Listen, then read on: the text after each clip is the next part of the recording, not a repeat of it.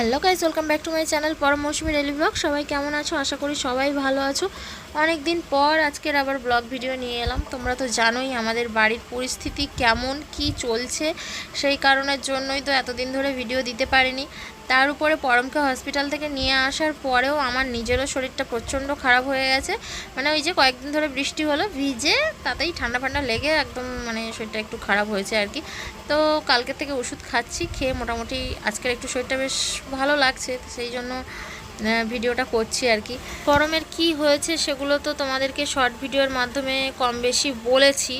তোমরা তো যারা যারা দেখেছো বুঝতে পেরেছো আশা করছি। আর যদি কেউ না দেখে থাকো সেগুলো একবার শর্ট ভিডিওগুলো চেক করো, বুঝতে পেরে যাবে। মানে বড় লং ভিডিও দেখার দরকার নেই, শর্ট ভিডিও দেখলে কম বেশি বুঝতে পেরে যাবে। তবুও আমি একটু শর্টে বলে দিই যে আমাদের শরীরে প্লেটলেট বলে একটা জিনিস থাকে, যেটা ডেঙ্গু হলে মানুষের হয়, অনেক সময় ডেঙ্গু না হলে নর্মাল মানুষেরও হয়। তো ওর প্লেটলেটটাই কমে যাচ্ছে। আমাদের শরীরে যে অণুচক্রিকা হয় না, অণুচক্রিকাটা গঠন মানে তৈরি হচ্ছে না, এই হচ্ছে ব্যাপার। শরীরের মধ্যে যে সাদা রক্তটা হয়, নর্মালি যেটা বলে সাদা রক্ত গঠন হচ্ছে না, এটাই হচ্ছে ব্যাপার স্যাপার। তো অত ভালো করে আমি জানি না ডাক্তারি ভাষায় কি বলে না বলে, মানে আমি সোজা বাংলা ভাষায় যেটুকু মানে শুনেছি বুঝেছি ডাক্তারবাবুদের কথায় সেটুকুই তোমাদের বললাম। আর এখন আমি এই যে 5 মেশালি না 10 মেশালি, 5 মেশালি না 7 মেশালি নয় 10 মেশালি ডাল আছে এখানে। তো সেইটা সেদ্ধ করেছি, সেদ্ধ করে একটু লবণ আর 2-1 ফোঁটা সর্ষে তেল দিয়ে মাখিয়েছি, মাখিয়ে পরমকে দিয়েছি। পরমের ভাতটা মাখিয়ে দিয়েছি আর আমি অল্প কটা মাখিয়ে নিলাম। তো এই ডালটা আবার কালকে আমার ভাই আর ভাইয়ের হবু বউ এসেছিলো, ওরা নিয়ে এসেছিলো, দিয়ে গেছে, বলে এগুলো খাওয়ালে নাকি প্লেটলেট বাড়ে। মোটামুটি যা যা খাবার, ডাক্তারের ওষুধ তো চলছে, তাছাড়াও যা যা খাওয়ালে প্লেটলেটটা বাড়ে সেই সব খাবারও খাওয়ানো চলছে। দেখা যাক সব রকম করে কি হচ্ছে। তাছাড়াও রান্না হয়েছে মাছ দিয়ে ভেন্ডি দিয়ে টক, আর কুমড়ো আলু সজনের ডাঁটা আর মাছ দিয়ে। তো এমনি কুমড়োটাও বলছে যে খাওয়াতে পার ডে, তো সেহেতু কুমড়োটাও আমরা পার ডে রেখেছি আর কি খাবারের মধ্যে। কোনো দিন কুমড়ো ভাতে দিয়ে দিচ্ছি সেদ্ধ করে খাওয়াচ্ছি, কোনো দিন ভাজা করে দিচ্ছি, কোনো দিন তরকারিতে ফেলে দিচ্ছি, কোনো দিন শাক ভাজার সঙ্গেও দিয়ে দিচ্ছি। মোটামুটি সব রকমভাবে কুমড়োটা খাওয়ানোর চেষ্টা করছি, কারণ কুমড়োতেও নাকি প্লেটলেটটা ওঠে। আর কিউই ফলটাতেও প্লেটলেট ওঠে, কিউই ফলটাও খাওয়ানো চলছে। তবে কিউই ফলটা পরম একেবারে খেতে চায় না, সমানে অক্কা তুলতে থাকে। মানে জোর করে আগের দিন খাইয়ে দিয়েছি, দুপুরবেলা খাইয়েছি, রাত্রেবেলা গিয়ে বমি করেছে, সেই কিউই ফলই তুলে বমি করে দিয়েছে। মানে কিউই ফলটা একেবারেই খেতে চায় না বলতে গেলে। তাছাড়াও ড্রাই ফ্রুটস খাওয়ানো চলছে, খেজুর আর বিভিন্ন রকমের সব ড্রাই ফ্রুটস যা যা পাওয়া যায় সব একসঙ্গে মানে মিক্সড ড্রাই ফ্রুট নিয়ে এসেছিলাম। তো সমস্ত কিছু মানে এগুলো তো দিচ্ছি, এগুলো পার ডে রেগুলার চলছে আর কি। বেদানাটা তো এমনিই খায়, নর্মালি ফল যা যা কলা আপেল মানে যা যা আছে আর কি, পেয়ারা সব, মানে ঘরে তো আমার এমনি ফলের বাগান তৈরি হয়ে গেছে, যে যা আসে মোটামুটি সব দিয়ে যায়। এমনিতে নর্মালিও আমাদের বাড়িতে ফল ছাড়ান যেত না, আগেও কি এখনও কি, আর খাওয়া দাওয়াও আমাদের আগে ঠিক এমনই, সবজিটাই বেশি খাওয়া হতো।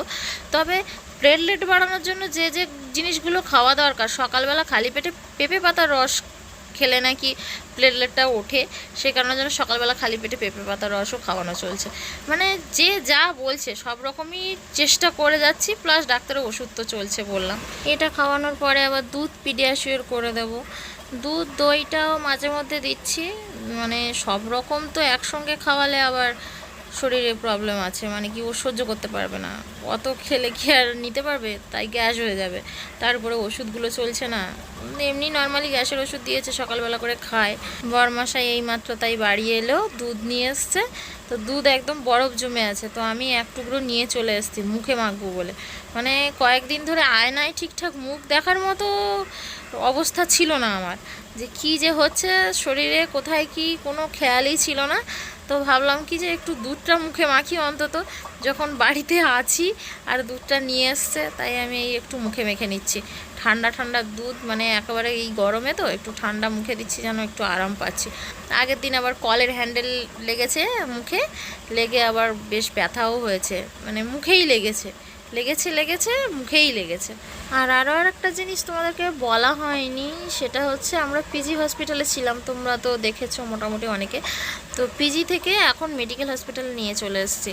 তোমাদের কারোর যদি ব্লাড মানে রক্তের কোনো সমস্যা হয়, যে কোনো সমস্যা, তো রক্তের সমস্যার জন্য পিজিতে কোনো দিনও নিয়ে যাবে না, মেডিকেল কলেজ হসপিটালে নিয়ে যাবে। কেননা মেডিকেল কলেজ হসপিটাল ছাড়া মানে পিজিতে তো ব্লাড রিলেটেড কোনো ডিপার্টমেন্ট আলাদা করে নেই, এছাড়াও কোনো ভালো ডক্টরও নেই।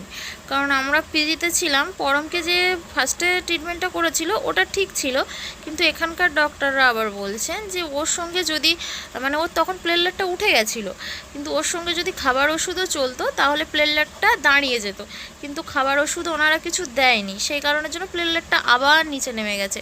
তো সেহেতু এনারা আবার খাবার ওষুধটা দিয়েছেন, দেখা যাক কি হচ্ছে। তাই জন্যই বললাম মেডিকেল হসপিটালে নিয়ে যাবে, মেডিকেল কলেজ হসপিটালে।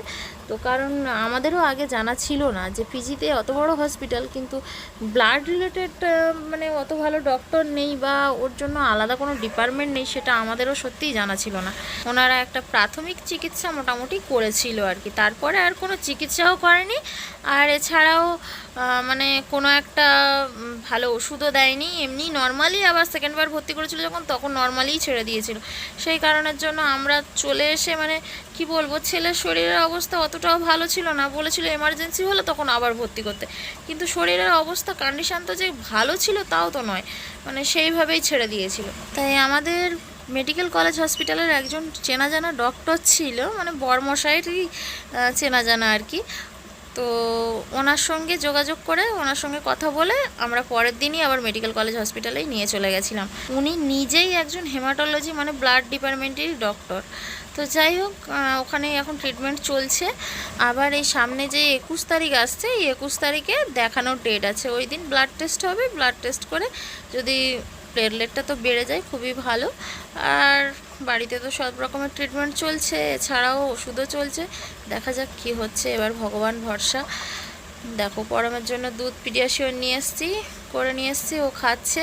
আর বরমশাইকে একটু মুড়ি মাখিয়ে দিয়েছি শসা চানাচুর পেঁয়াজ টিয়াজ দিয়ে, তো ওটা পরমকে খাওয়াবো না, কাঁচা পেঁয়াজ নাকি এতে খাওয়া ভালো না, মানে আমি আর কি দেখলাম, যেটা ইউটিউবে দেখেছিলাম সার্চ করে, তাই জন্য খাওয়াইও নি। আমিও ওর সাথে পরে 2-1 গাল মুড়িও খেয়েছি। আর পরমের দেখো বিড়ালের মতো পুরো গোঁফ হয়ে গেছে, গোঁফটা পুরো বিড়ালের মতোই লাগছিল, মুছে নিয়েছে হাত দিয়ে। পরমের জন্য তো প্রতিদিনই দুধ আসে, আজকের ছোট দুধটা পাইনি, তাই জন্য বড় দুধ নিয়ে এসেছিলো।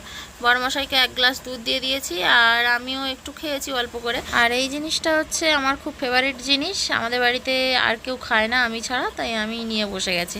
তো অনেক দিন পরে আবার এই ব্লগ ভিডিও দিচ্ছি। এমনি নর্মালি শর্ট ভিডিও তো পার ডে আপলোড দিই, 2টো করে হোক 1টা করে হোক, মোটামুটি মাঝে মধ্যে মিসও চলে গেছে অনেক দিন আমি জানি, তবুও চেষ্টা করি দেওয়ার জন্য। তো তোমরা সবাই আমার পাশে থেকো, এইভাবে আমাকে সাপোর্ট করো। আর পরমের জন্য ঈশ্বরের কাছে একটু প্রার্থনা করো যেন ও তাড়াতাড়ি সুস্থ হয়ে ওঠে। আর হসপিটাল রিলেটেড তোমাদের সঙ্গে অনেক কিছু শেয়ারও করলাম, যদি হেল্পফুল বলে মনে হয়ে থাকে ভিডিওতে একটা লাইক দিয়ে দিও, কমেন্ট করে জানিও কেমন লেগেছে ভিডিওটা, আর আমাদের চ্যানেলটা সাবস্ক্রাইব করে আমাদের পাশে থেকো। তো আজকের মতো সবাইকে গুড নাইট, টাটা।